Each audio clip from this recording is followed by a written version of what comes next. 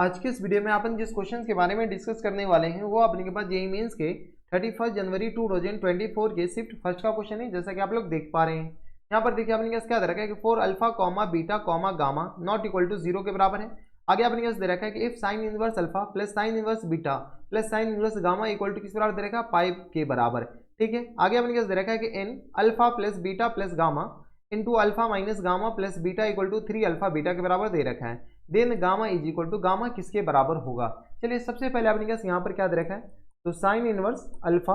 और plus times sine inverse beta और plus times किस बराबर है, यहाँ से अपने पास sine inverse gamma equal to अपने किस बराबर है, तो पाई के बराबर, हाँ या ना। जब ये अपने पास पाई के बराबर है तो यहाँ से अपने पास देखिए, अगर आप गौर से देखें तो ये जो अपने पास क्या होता है, एक एंगल ही तो होता है, ये एक एंगल, ये एक एंगल और ये एक एंगल। यानी हमारे पास अगर किसी भी एंगल का अपने पास किसी भी ट्राइंगल का तीनों एंगल का योग ही क्या होता है, 180 डिग्री। योग मतलब अपने पास सम, तो यानी अपने पास ये कोई एक ट्राइंगल है जिसका अपने पास एंगल ये रहा, ए रहा, इस एंगल को बी मान लीजिए, यानी तो एबीसी ऐसे मान लीजिए। इसको अपने पास ए मान लेते हैं, इसको अपने पास बी मान लेते हैं, इसको अपने के पास सी मान लेते हैं। यानी यहाँ से अपने पास अगर हम साइन इनवर्स अल्फा को ए मान लें, ठीक है, साइन इनवर्स बीटा को अपने पास क्या मान लें, साइन इनवर्स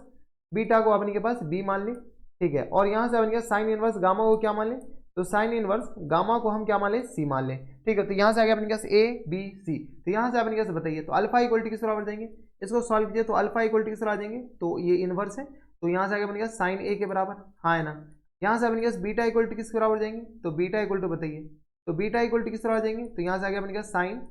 बी के बराबर, हाँ है ना। और यहाँ से अपने पास गामा इक्वल टू किस बराबर जाएंगे, तो गामा इक्वल टू आ गया अपने पास साइन सी के बराबर। किसी को कोई इतराज नहीं होनी चाहिए। ठीक है, तो यहाँ से हम अल्फा बीटा गामा, हमारे पास तो ये तो एंगल ही है, इनवर्स ट्रिग्नोमेट्रिक फंक्शन क्या होता है, एक तो एंगल ही होता है ना, तो ये एंगल आ गया। ठीक है, अब हमारे पास क्वेश्चन में क्या है, अगर ये इसके बराबर है तो इसका वैल्यू निकाल दें। हमारे पास क्वेश्चन में क्या रखा, alpha plus beta plus times gamma, और इसको हम क्या कर लेते हैं, थोड़ा सा अच्छे से लिख लेते हैं, अल्फा और minus times alpha plus times beta, alpha plus times beta, और यहाँ से अपने किस तरह आ जाएंगे, तो plus times minus times gamma, बताइए माइनस टाइम्स गामा, ये किसके बराबर जाएंगे, तो यहाँ से आगे अपने किस बराबर 3 अल्फा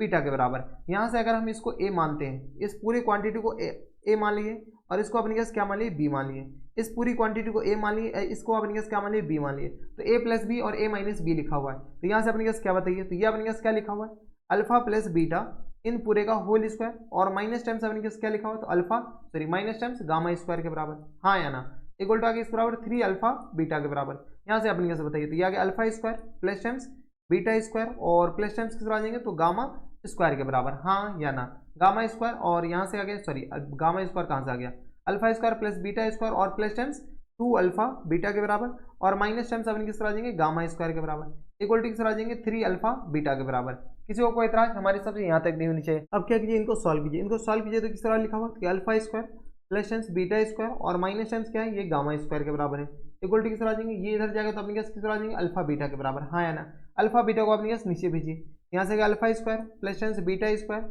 और माइनस टाइम्स क्या आ गया, गामा स्क्वायर, और होल अपोन में किस तरह आ जाएंगे, अल्फा बीटा के बराबर, इक्वल टू किस बराबर हो गया, तो इक्वल टू आ गया 1 के बराबर। अगर हम यहाँ से गौर से देखते हैं तो इसको अपने पास गौर से देखिए तो ये अपने पास कॉस, ये जो कोसाइन रूल होता है, कोसाइन रूल के फॉर्मेट में देखने को मिल रहा है, सिर्फ और सिर्फ यहाँ पर 2 की कमी है, तो होल अपोन में अपने किस तरह आ जाएंगे, 2 के बराबर, हाँ या ना। तो ए के सामने वाले एंगल अपने का साइड अल्फा, बी के सामने वाले साइड बीटा और सी के सामने वाले साइड अपने क्या आ जाएंगे, गामा हो जाएंगे। तो यहाँ से अपने कैसे बताइए, अगर आपको दिख रहा है तो अच्छी बात है, नहीं दिख रहा है तो पूरी सी गलत बात है, क्योंकि अपने का चैप्टर से ये डिलीट, सिलेबस से ये डिलीट हो चुका है, ये साइन रूल कोसाइन रूल यानी सॉल्यूशन ऑफ ट्रायंगल ही पूरा डिलीट हो चुका है, लेकिन क्वेश्चंस आ रहे हैं। ठीक है, तो ये अपने किस बराबर है, तो यहाँ से आ गया गामा, गामा किस बराबर, सी के बराबर, यानी ये अपने किस बराबर रहेगा, cos c इक्वल टू 1/2 के बराबर है, हाँ या ना। cos c इक्वल टू 1/2 है, तो यहाँ से अपने पास एंगल सी बताइए, एंगल सी 1/2 किसके बराबर होता है, तो यहाँ से आ गया 60 डिग्री के बराबर, हाँ या ना। तो एंगल सी आप इनके आ जाएंगे 60 डिग्री के बराबर। जब एंगल सी है तो हमारे पास क्वेश्चन में क्या पूछ रखा है, गामा पूछ रखा है, गामा इक्वल टू किस बराबर दे रहेगा, साइन सी के बराबर।